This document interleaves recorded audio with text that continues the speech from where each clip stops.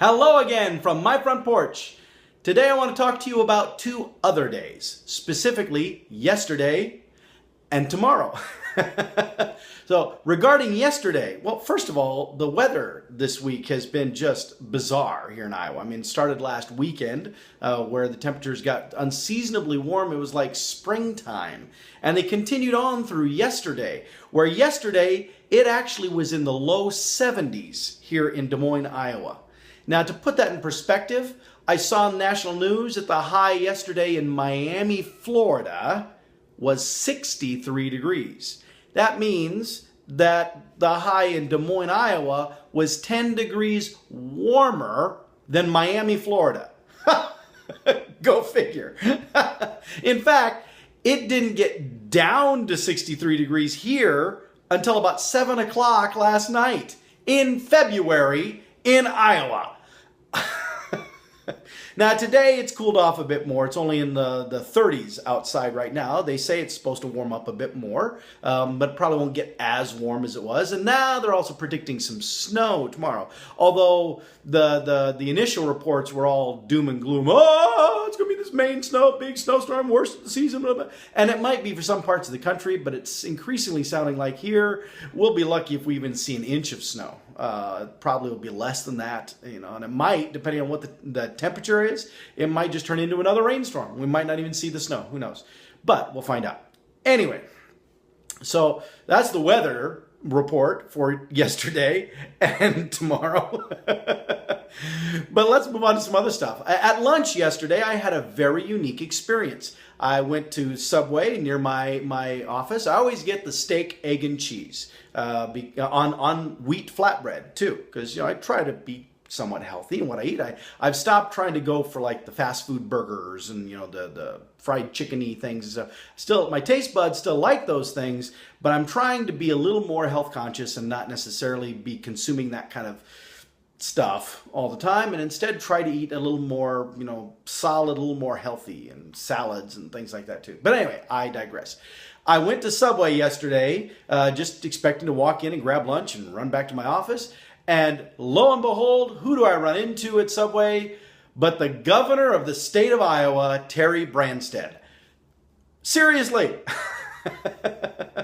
Now, he was just there with one of his aides, just grabbing lunch. I'm guessing he was probably on his way down Fluor to the Des Moines airport to catch a flight somewhere. Because, for those of you who don't know, our governor is the longest serving governor in American history. No other governor has served as many years in their state. And I know there are some people that just hate Branstad, and they're going to say, hey, he served too long. Remember, these are not political videos. So I'm not making a political statement about him or not.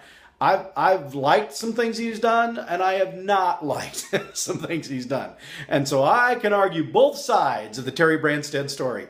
But I'm not getting into any of those right now. I'm just saying it was a little weird, a little unique, a little fun to walk into a Subway to grab lunch, and there sits the governor of your state just having lunch.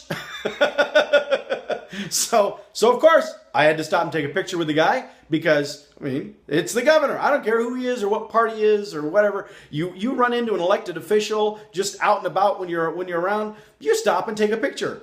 Well, I stop and take a picture. I don't know about you, but I stop and take a picture. So I took a picture. Anyway, so the other thing that I really did yesterday, or it was more last night, I worked on the editing of my video, the next episode of this that's going to feature my mom and dad again.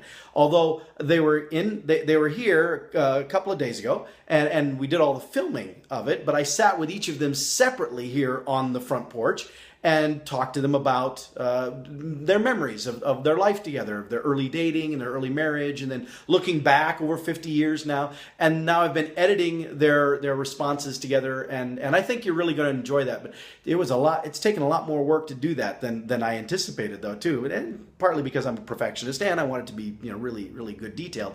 But I think it's coming along very well, and I'm looking forward to the finished product. And I think I'm pretty sure you're going to all find it to be really, really interesting too. So anyway, that was all going on yesterday.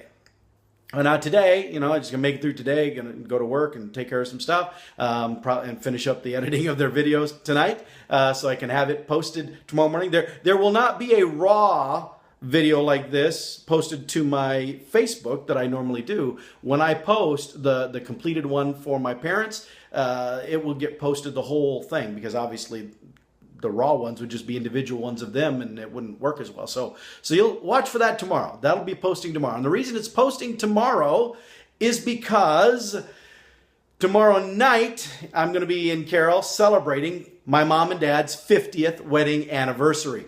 Now, it's the anniversary itself isn't until Saturday, technically, but all of us kids, we were not all able to get together on Saturday, and so we're celebrating Friday night because, you know, mom and dad both agreed that it's the day that we celebrate. It really isn't as important as the fact that their kids are there to celebrate it with them.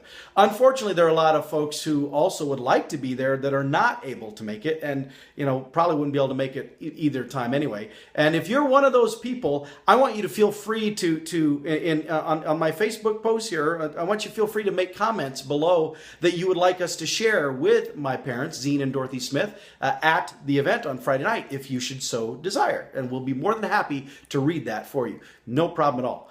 But as I've been editing the video, my dad talked a lot.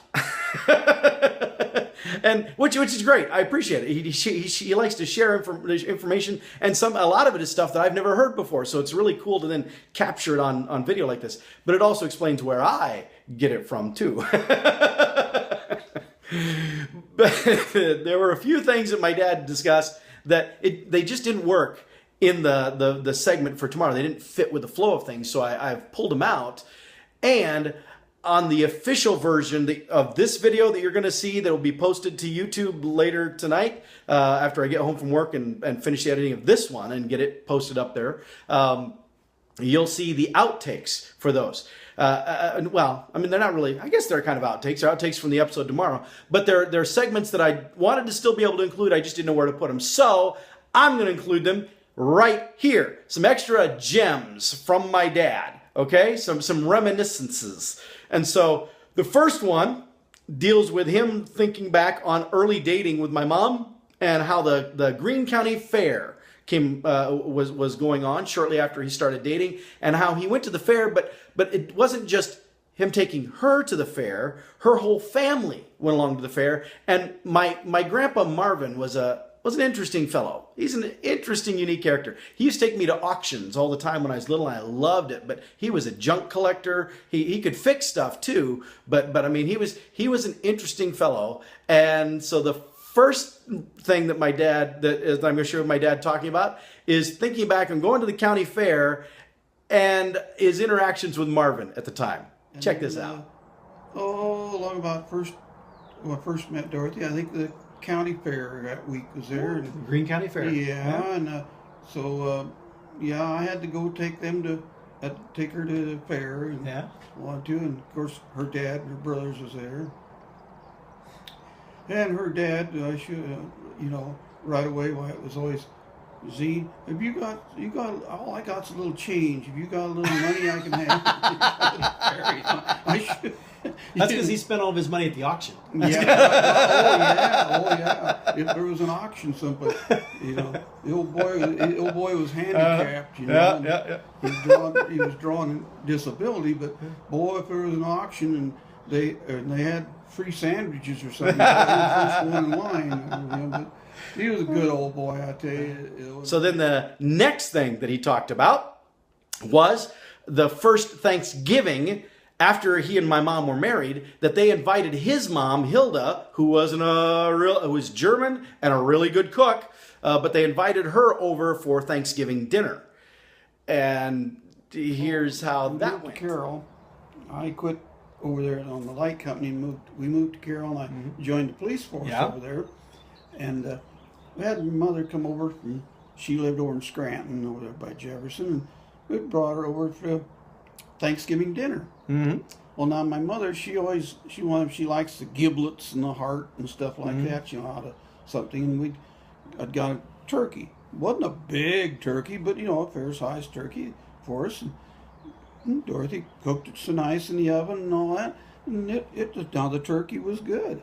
We was eating that, and my mother says well, Dorothy packed some dressing in it, which actually was stovetop dressing. Yeah. You know, you just Nothing wrong with stovetop. I like stovetop. you know, you pack it in there, and so anyway, my mother, she's digging the dressing out, and she said, I'm looking at, where's the giblets and like that, and we said, oh, I don't know. I said, and Dorothy said, well, I don't think there was any. You didn't see them. And pretty soon she hooks something. She drags out. Here's the plastic bag with the instructions and all the giblets are still cooked in. Oops, she didn't know they were in there. Nope.